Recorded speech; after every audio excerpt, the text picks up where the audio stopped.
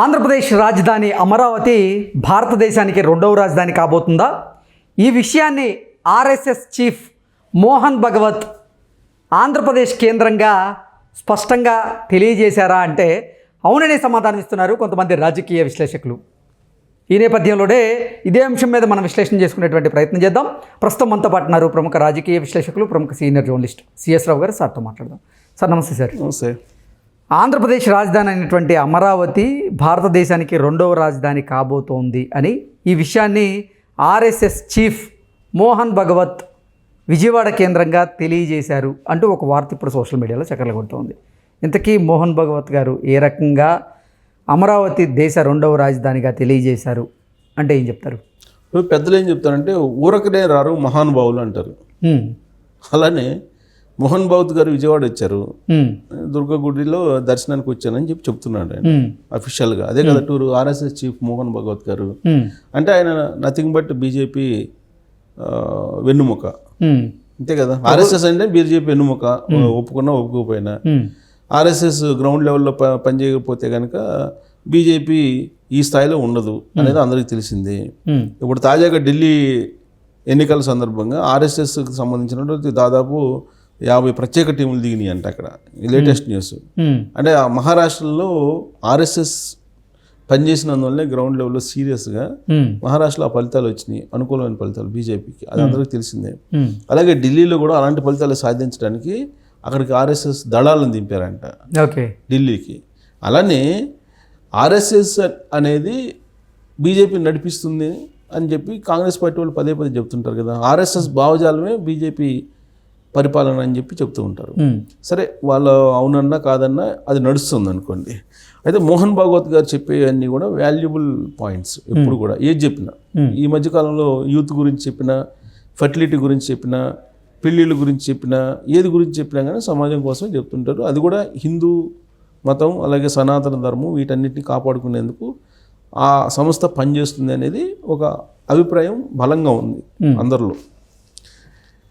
అలాంటి ఆయన మోహన్ భగవత్ విజయవాడ వెళ్ళారు, దుర్గగుడి దర్శనానికి వెళ్ళారు. మరి మోహన్ భగవత్ గారు విజయవాడ వెళ్తే కూటమిలో ఉండేటువంటి నేతలు కలవకుండా ఉంటారా?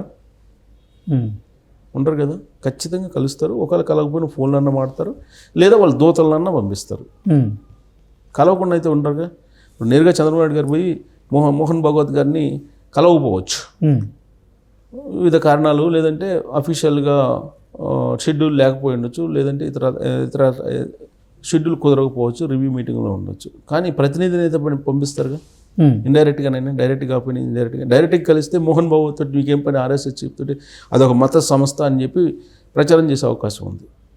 కానీ మోహన్ భగవత్ గారు విజయవాడ ఎందుకు వచ్చారు? గతంలో దుర్గగుడికి వచ్చినా కానీ ఇప్పుడు మోహన్ భగవత్ గారు ఇప్పుడు రావడం అనేది ఇంపార్టెంట్. ఎందుకంటే అక్కడ కూటమి ప్రభుత్వం ఉంది. ప్లస్ కూటమి ప్రభుత్వంతో పాటు అక్కడ నీకు క్రిస్టియానిటీ మత మార్పులు ఎక్కువ జరుగుతున్నట్టు రాష్ట్రం ఆంధ్రప్రదేశ్ అనేది ఉంది ఆర్ఎస్ఎస్ దృష్టిలో. జగన్మోహన్ రెడ్డి గారు ముఖ్యమంత్రి అయిన తర్వాత మత మార్పులు ఎక్కువ ఆ రాష్ట్రంలో జరిగినాయి అనే అభిప్రాయం ఉంది. అందుకే బీజేపీ, జనసేన, తెలుగుదేశం పార్టీ కలవడానికి కూటమిగా ఆర్ఎస్ఎస్లో ఉండేటువంటి బలమైన నాయకులు కూడా ఆ రోజు పనిచేశారు. ఆ రోజు సయోధ్య కుదిర్చి 2-3 పార్టీలను ఒక కూటమిగా చేర్చి ఆంధ్రప్రదేశ్లో కూటమి ప్రభుత్వాన్ని తీసుకురావడంలో కీలక పాత్ర పోషించారు అనేది కూడా వినిపించింది అప్పట్లో. అంటే వాళ్ళు తలుచుకుంటే ఆర్ఎస్ఎస్ ఏదైనా చేస్తారు. ప్లస్ ఒక మాట చెప్తే దాని మీద నిలబడతారు ఆర్ఎస్ఎస్కి సంబంధించిన నాయకులు కూడా. ఇప్పుడు ఆంధ్రప్రదేశ్ విడిపోయిన తర్వాత బాగా నష్టపోయింది అనేటువంటి అభిప్రాయం బలంగా ఉంది. ఆర్ఎస్ఎస్ కూడా అదే నమ్ముతుంది, ఆర్ఎస్ఎస్ కూడా అదే చూసింది రాష్ట్రంలో. అమరావతి దాని నేపథ్యం చూస్తే కనుక నీకు అమరావతికి ఒక చారిత్రక నేపథ్యం ఉంది. ఆ చారిత్రక నేపథ్యం ఆర్ఎస్ఎస్ వాళ్ళకి తెలుసు. కాబట్టి అంత చారిత్రక నేపథ్యం ఉన్నటువంటి అమరావతి అనేది భారతదేశంలో ఖచ్చితంగా ఒక ప్రాధాన్యత కలిగినటువంటి సిటీగా తయారవ్వాలనేది వాళ్ళకు కూడా కోరిక. అందుకే ఆ రోజున 2014-2019 మధ్యలో నీకు రాజధాని అమరావతి అని అంటే ఆ రోజున ఆర్ఎస్ఎస్ వాళ్ళు కూడా అభినందించారు, దాన్ని ఒక ప్రౌడ్గా ఫీల్ అయ్యారు. సో కాబట్టి ఇప్పుడు మీకు మోహన్ భగవత్ గారు వస్తే వాళ్ళు ఇతర పొలిటికల్ పార్టీల ప్రతినిధులు కలుస్తారు, ఆర్ఎస్ఎస్ వాళ్ళు కలుస్తారు, వీళ్ళందరూ కలుస్తారు. మీకు ఆంధ్రప్రదేశ్లో కూడా ఆర్ఎస్ఎస్ చాలా బలంగా తయారవుతుంది. బలమైనటువంటి నాయకులు కూడా ఉన్నారు, ఆర్ఎస్ఎస్ ప్రతినిధులు కూడా ఉన్నారు. సో వాళ్ళు కలిసినప్పుడు వాళ్ళు ఇచ్చినటువంటి సమాచారం ఏంటంటే, ఆ రోజున 2014లో నరేంద్ర మోడీ గారు ఆంధ్రప్రదేశ్ సమాజానికి ఒక ప్రమాణం చేశారు, ఒక ప్రామిస్ చేశారు. అది కూడా ఒక ప్రమాణం చేశారు నరేంద్ర మోడీ గారు. అది కనుక నెరవేర్చకపోతే మనకు ఒక మచ్చగా మిగిలిపోతుంది అనేటువంటి ఒక అభిప్రాయాన్ని ఆయన ముందు వ్యక్తం చేశారని తెలుస్తుంది. ఏంటి ఆ ప్రమాణం అని అంటే, ఢిల్లీ తరహా రాజధాని నేను కట్టిస్తానని చెప్పి ఆ రోజు నరేంద్ర మోడీ గారు ప్రమాణం చేశారు. సనాతన ధర్మం ప్రకారం, హిందూ ధర్మం ప్రకారం ఆడిన మాట తప్పకూడదు. ఒకవేళ ఆడిన మాట తప్పితే రేపు ప్రజలు క్వశ్చన్ చేస్తారు, మీరు ఆడిన మాట తప్పారు అని చెప్పి. కాబట్టి అలాంటి అపవాదు రాకుండా మీరు అమరావతిని దేశ రెండో రాజధానిగా చేసేటువంటి ప్రయత్నం చేయాలి. మీరు తలుచుకుంటే కనుక మీరు నరేంద్ర మోడీ గారితో మాట్లాడటం, లేదంటే తెర వెనుక ఎలాగో లైజనింగ్ చేస్తుంటారు కాబట్టి ఆర్ఎస్ఎస్ తరఫు నుంచి లైజనింగ్ చేస్తే దేశ రెండో రాజధాని అయ్యేటువంటి అవకాశం ఉంది.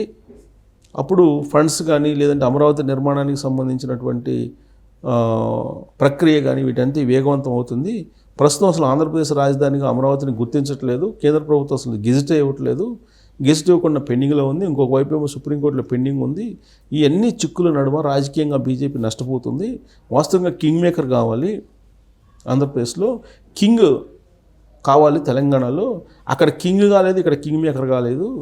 ఇప్పటికి కూడా బీజేపీ అదొక పార్టీగా ఉంది కానీ అక్కడేమో కింగ్ కాలేదు, ఇక్కడ కింగ్ మేకర్ కాలేకపోయింది. అక్కడ కింగ్ కావాలన్నా, ఇక్కడ కింగ్ మేకర్ కావాలన్నా అమరావతి దేశ రెండు రాజధానిగా చేస్తే వర్కౌట్ అవుతుంది అని చెప్పి ఒక సలహా ఆయన కలిసినటువంటి ఆ కూటమి ప్రతినిధులు తెలియజేశారని చెప్పి తెలుస్తుంది. ఎలా కింగ్ మేకర్ అవుతారని ఆయన ఏదో క్వశ్చన్ చేశారని, దానికి ఒక ఈక్వేషన్ కూడా చెప్పారని చెప్పి ఒక టాక్ నడుస్తుంది. ఎలా అంటే ఇప్పుడు తెలంగాణలో బీజేపీ అధికారంలోకి రావాలి అని అంటే కనుక ఎవరైతే సెటిలర్స్ ఉన్నారో వాళ్ళ మద్దతు అవసరం. వాళ్ళ మద్దతు కావాలంటే కనుక ఇక్కడ ఆంధ్రప్రదేశ్కి న్యాయం చేయాలి. ఇలా ఆంధ్రప్రదేశ్కి న్యాయం చేస్తే అక్కడ సెటిలర్స్ అందరూ కూడా బీజేపీ వైపు నిలబడతారు. అప్పుడు ఖచ్చితంగా అధికారంలోకి వచ్చే అవకాశం ఉంది. అలాగే అమరావతిని దేశ రెండో రాజధాని ఇస్తే హైదరాబాద్ని కోల్పోయినటువంటి బాధ నుంచి ఆంధ్రప్రదేశ్ ప్రజలు బీజేపీని ఆదరించాలంటే కనుక ఇక్కడ దేశ రెండో రాజధాని చేసి దానికి ఒక ప్రత్యేకమైన గుర్తింపు తీసుకొస్తే ఇక్కడ ఆదరిస్తారు. అప్పుడు కింగ్ మేకర్ అయ్యే అవకాశం ఉంది. కింగ్ కాకపోయినా కానీ ఒక ఈక్వేషన్ చెప్పారు. సో తెలంగాణలో కింగ్ కావాలన్నా, ఆంధ్రప్రదేశ్లో కింగ్ మేకర్ కావాలన్నా దేశ రెండో రాజధానిగా అమరావతిని చేయాల్సినటువంటి అవసరం రాజకీయంగా కూడా ఉంది.